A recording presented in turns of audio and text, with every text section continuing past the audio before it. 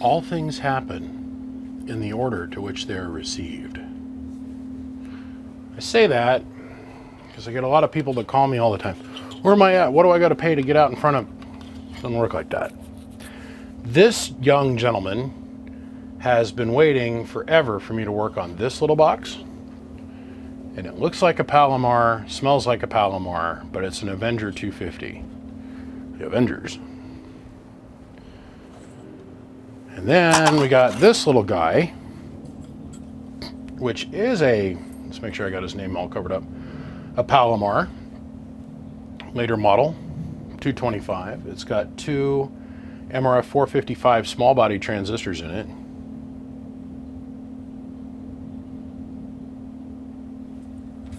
This one's got SRF 3794s, which are straight out of RF Parts' part catalog. Two of them. And then what he wants me to do is he wants me to work on this one as well. This is the most interesting box of them all, to me. It's got zip line in it for like a CB radio, which is good. This is just big enough to get the job done. But let's take a little bit closer look at this guy. And let's get down in here and let's look at the minutia of this thing. So, as we can clearly see, fixed by Cobra, 111108. And then it says right in here, someplace, the keying transistor is garbage. Yeah, keying circuit is a piece of, because we don't let our virginal eyes want to get accosted with that. But what I see in here is great potential. He says, what I want you to do is I want you to take one of these and pimp it out. Just Maserati, Lambo, Bugatti, freaking Koenigsegg, freaking make the thing an awesome, kick-ass little two-pill. I said, okay. So these two guys over here in the corner, these two guys, there's potential here to get a few more watts out of them, but it's really not worth that much time twiddly-dinking around with them. We're gonna change out our power leads, we're gonna upgrade that, test and tune and make sure everything's good to go on these 2 amps and get them so they're 100% with power wires that aren't 3 inches long on them, of course, and make it so that he can use them or resell them or whatever he wants to do with them. That makes no difference to me. But this guy here, we're gonna radically change it. And we're gonna add bigger boy parts to the inside of it. Just because we can. And we're probably gonna change out these DEI 15-1Qs, which are a horrible transistor.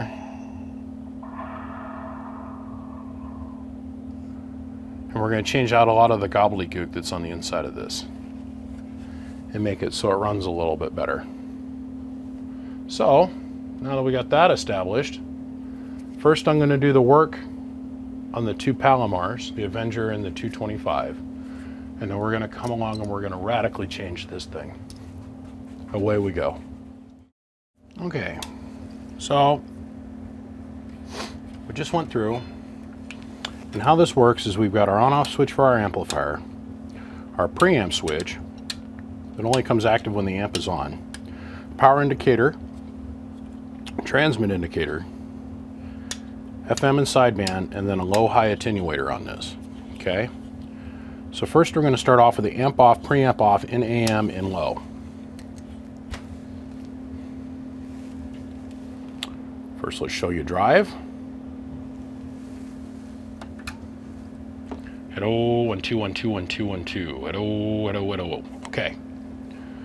It's a 1,000 watt slug and peak, 1,000 in average, root mean squared, and a 5 watt slug and reverse. Remember, the root mean squared is me making fun of the guy on Facebook that thinks he knows something and knows something because he figured out how to Google and doesn't think I don't know what root mean squared means. Which I also learned it from Google too. So, na. Okay, we'll turn the amp on, we're in low.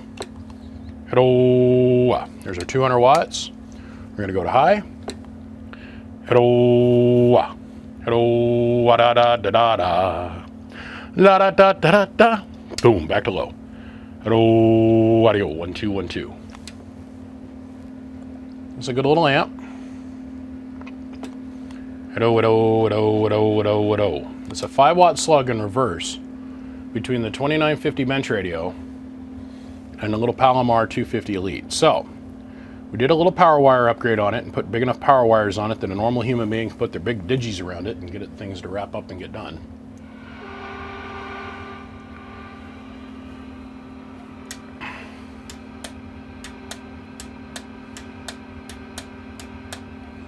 We have no preamp.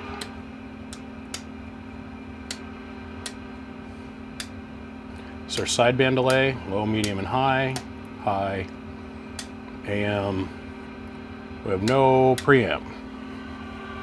So now, we're looking down here at our LEDs. Hello, 1 2. Hello, 1 2 1 2 1 2.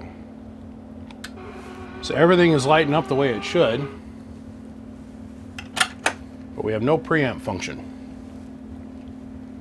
So, this is where we've got to guess a little bit. Is it this transistor here? Or is it this transistor here? This is our preamp relay, and we know this from watching the relay move.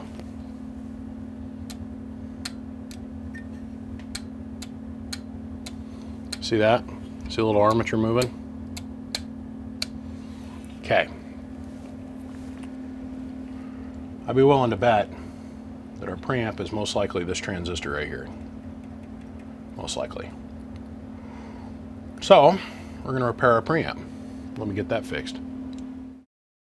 I say this over and over and over again, especially to the guys that are starting and they're new and they've never had the pleasure of doing something wrong on camera. If you do something wrong, bring attention to it, point it out. Don't even try and pretend like you've done something that you haven't done, and move on.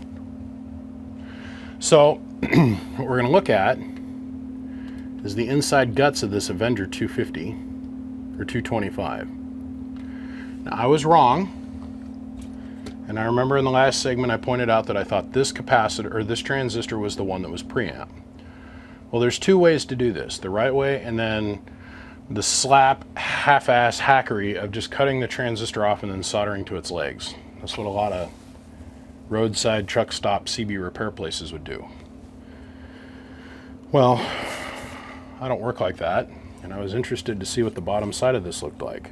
Okay, so here's the bottom side of this amplifier. That transistor here works out to sit here, and it's bonded to ground on this leg, but it runs this relay. So this transistor and this transistor, or this transistor and this relay, this is our keying circuit. This transistor over here in the front, which I thought was the keying circuit, which is attached here, runs this relay. So it's these three legs, and this lead comes over and goes to here. This is our preamp circuit. This is our op amp. We're using a 2N222 as our op amp, which that's what they had in here. I'm not a big fan of these 2N222s as using as a preamp. They have a tendency to be a little bit noisy, but there's a reason I take it apart, and I did not assume, because then I would have cut this one off and soldered the legs onto the transistor, and the preamp wouldn't have been repaired. So took the amplifier apart, identified what was what, replaced it with the appropriate matching transistor, which is right here, right here. This is your preamp, this is your keying transistor. The reason I want to make a big point of this and not try to cover it up is that I know that somebody out there at some radio repair shop is going to look at this video and go, oh, and they're going to know how to fix it. It's 2 screws here, 2 screws here, 4 screws in the back, 4 screws in the front. The whole thing slides apart. Change this transistor. So, now somebody has been in here before, because this had gray Arctic Fox thermal compound underneath these transistors, which I think is odd, but I don't really care. We don't like using that Arctic Fox because it has a tendency to migrate and it becomes conductive, you guys, and has a very high capacitance rate to it, which we've proven over and over and over again, which might be great for CPUs and those kind of things, but does not work too well underneath an RF transistor. It might not be electrically conductive, but to RF, and what I mean electrically is like DC in a computer processor, but to RF, it is. That is dangerous. So we cleaned all the Arctic Fox off the transistors. We've got real thermal compound on there. Have the transistor in the right location, and it has been desoldered and reinstalled appropriately. No cut legs. Not a big fan of cut leg transistor replacement. It works if you're in a pinch, you got to get back in a fight or something, then maybe, but otherwise it's just not worth the energy. There's one thing left I want to do to the electrical side of this thing, and I'm going to explain it here as soon as I get this last screw in. Is I want to bolster the ground distribution between the transistors, and I want to show you what I mean and why I feel it's absolutely critically necessary. So you've got great big traces,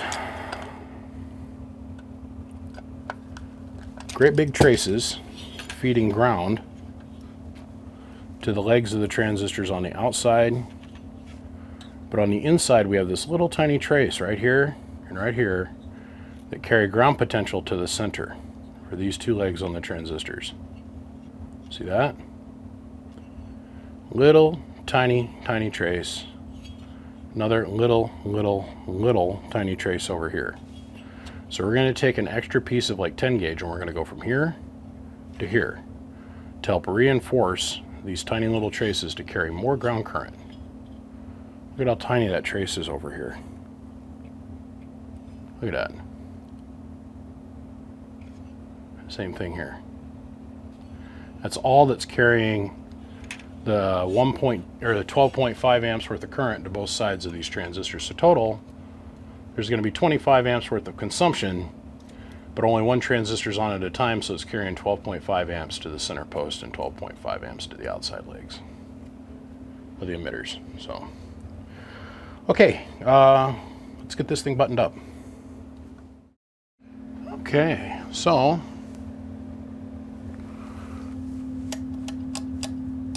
0, 0, 0, okay.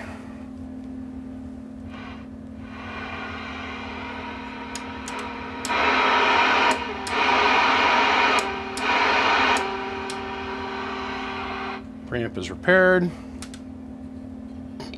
Let's see, we got this thing on high. Hello. Hello. Picked up a little bit. Doing about the power it's supposed to be doing, about 220 watts. Hello. We're going to call this one a win, and we're going to move on to the next one. So amp number 1 of 3 completed.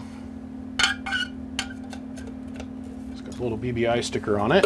And where it actually ends up from here, I have no idea. I just know it's going to go back to its owner, who I'm sure is going to just end up selling it. But I don't care. Okay, let's jump into the next one. If everybody could only understand how much time I spent working with these little guys in my younger years of life, just trying to understand all the different nuances of each one of the little 2-pill boxes that had been built, it was a lot. And I remember building my first 2-pill, and I was so happy I made it work. I took it all apart and then built another one. Took that all apart and built another one. Each one got better and better and better and better.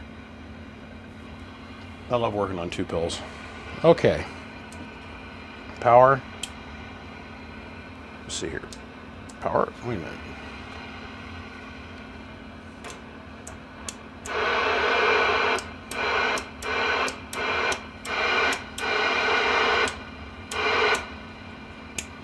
Preamp is obviously working, but why are we intermittent? So loose connection.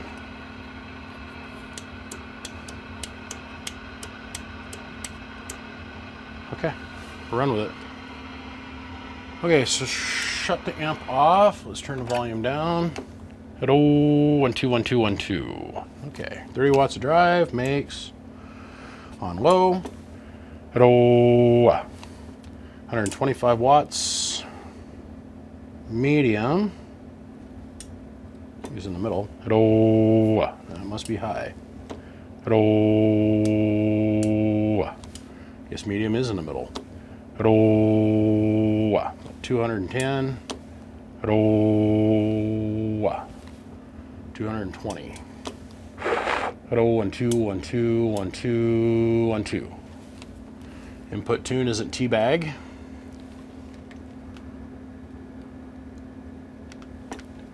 Hello. It's not teabag, ain't the greatest in the world. Let's go to medium. Hello. And let's go to low. Hello. Typical Palomar. Okay, so we have input tune issues that we have to overcome, which we have to change one cap to get that correct. I know this from experience.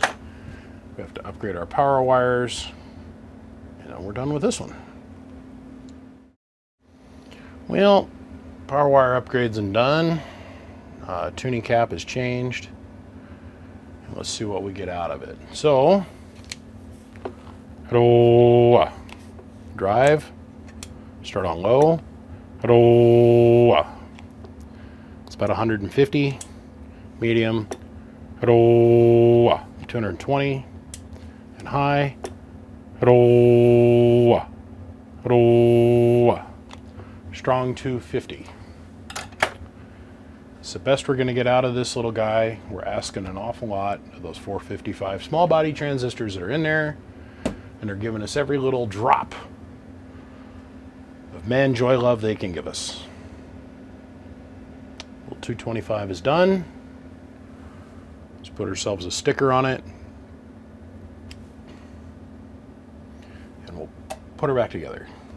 So grab the sticker.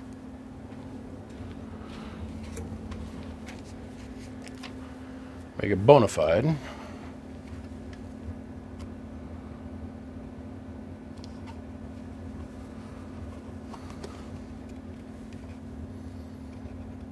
Let's see if we can squeeze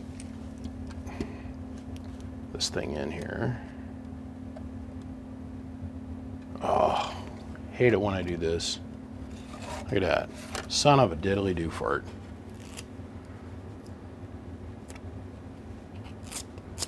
Wet, nasty, freaking squirty, short staining fart. Okay.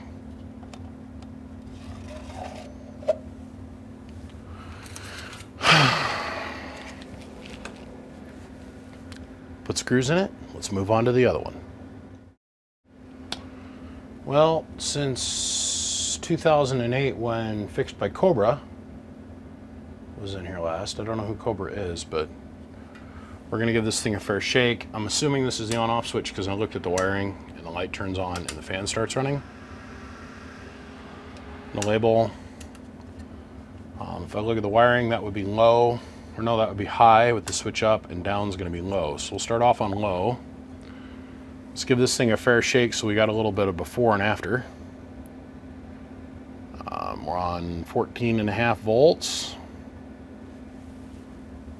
Same amount of drive as the last two. Hello, audio, 1 2 1 2, hello. Okay. So on low, hello, makes 180 watts out of 22879s. Okay. Let's go to high. Hello, makes 180 or 280 on high. What's our input tune look like? Hello, not so hot. So say goodbye to about 85% of the parts inside this amplifier, because we're going to do it a little differently. perhaps we better start from the beginning. Okay, so power wires removed. Supposed high-low that doesn't work, removed. Output transformer removed. Transistors removed. We went in here, and I don't know if this thing had a hard time with keeping transistors alive in it. It was completely full of that Silver Arctic Fox thermal compound once again in this box.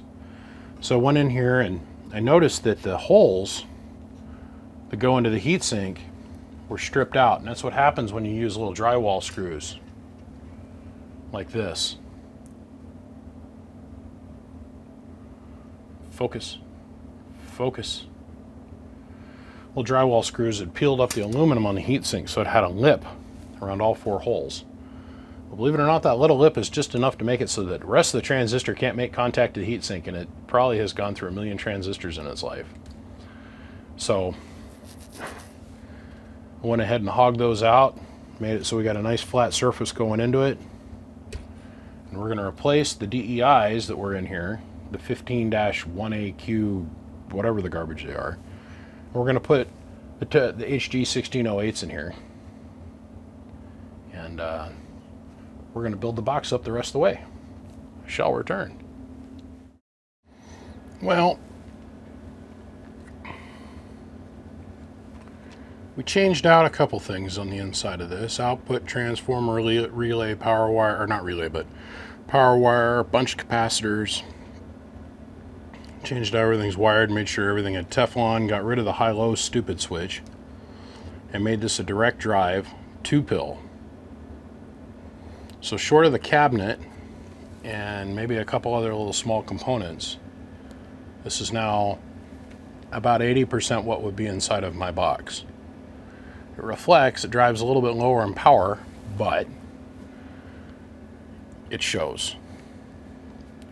We're on the same voltage as before, 14.5 volts. Show you drive. Hello, audio, 1 2 1 2. Same as before. This is different. Hello, hello. Full 100 watts more, the same amount of input drive. Now we're going to go look at our input tune. Hello, hello.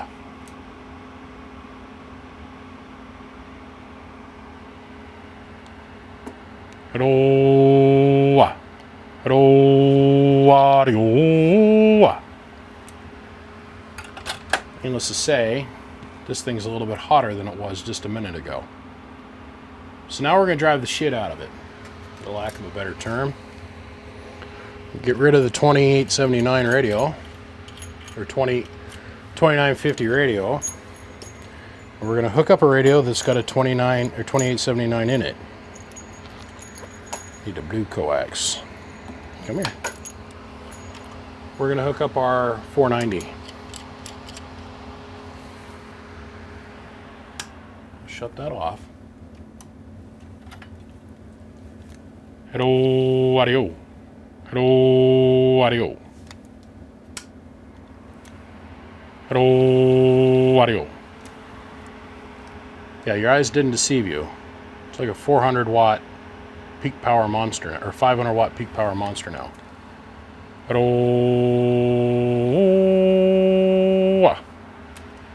Just short of 200 bird on that radio. 500 watts out of this little tiny 2-pill with just a little bit of refinement. So now this does earn a BBI sticker as a rebuild.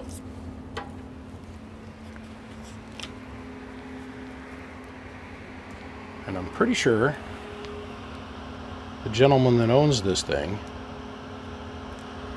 is going to have fun with his locals on this little guy. Now, a funny thing happened in the... And that's not even on there, square. What the hell's wrong with you there, BBI? Shoot.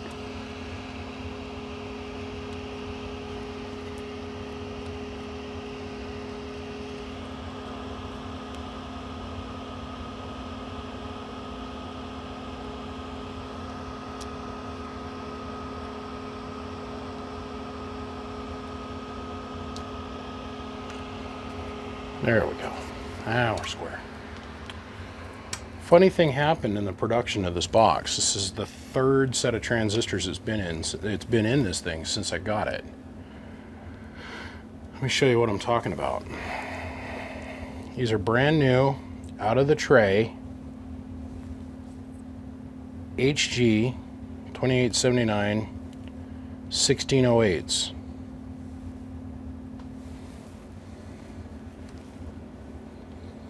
I've never had this happen before.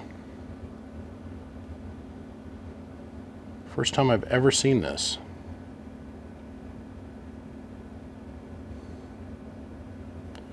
That's the base of the transistors. I don't know what happened. I tightened down the transistors. I hit it one time with 20 watts worth of power and I hear click, click. Like somebody tapping their finger on a pane of glass. And I noticed with the FLIR that they were getting retarded hot. I was like, whoa, this is interesting. I took the transistors out and this is what it showed me. Very, very interesting to me.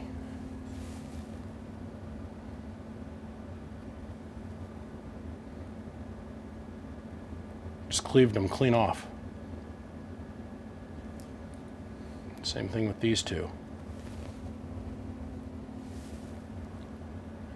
So to all the fellow amp builders that watch this channel, if you are in the process of tightening down your transistors and you hear a click, it was just like somebody taking a little tiny screwdriver and tapping it against glass. The base of the transistor is sheared clean off of the transistor itself. And yes, both of these transistors are still good. Let me emphasize this.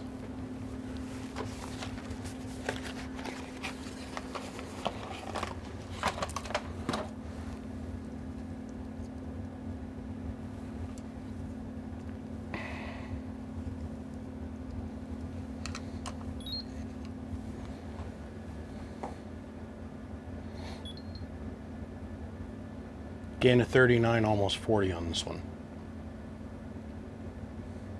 Food for thought. Well, gentlemen, this brings this little trifecta of amplifiers to a conclusion. This little guy is going to go out there. He wanted one that was hot rodded as far as I could take it. This is about as far as I want to take it with this design without having airflow over the top of the components. We can squeak just a little bit more out of this, get it closer to 600, but we run into a problem with trying to dissipate the heat, at least with this particular cabinet design. So I think we're going to call it a day.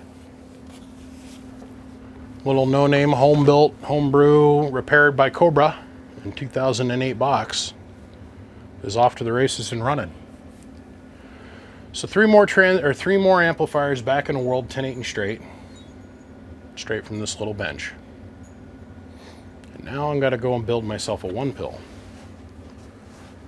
Also, as the creation of this video, I've got to say that I've had a problem. I cannot add any more friends on Facebook. I cannot. So in reaction to that, I have created BBI Amps, a Facebook group, which as of tomorrow will be open for the public. And I strongly suggest that you guys come join that group, because I'm going to take and quit putting anything on my personal profile whatsoever, and I'm going to translate over and use that group. And we can add as many people to that group as we want. So please come check it out. It's BBI Amps, just like the webpage, bbiamps.com. And I also own that group name. I also own BBI Amplifiers and a whole bunch of others. But the only one that I'm going to use is the BBI Amps one. And there's a reason behind that. I learned a hard lesson in the beginning that if I don't go out and buy all the names, somebody else will come along and try and pretend they're me. So, on that note, I'm going to run out of here, gentlemen. I appreciate every single one of you guys that watch. And I got to give a big shout out. In the last couple days, I've received a ton of phone calls from people just saying, hey man, thank you. And that means the world to me. I'm just here to help. I'm here to try and share the knowledge that I've managed to accumulate, all based off of observational science. I did this, it didn't work as good, so I changed this and it worked better. I appreciate you guys. If there's anything I can do to help you, any problem you're having with any of your amplifiers, don't hesitate to give me a call. If it's not something I can deal with myself, I will try to steer you in the direction of somebody that can. I'll see you guys. Bye-bye.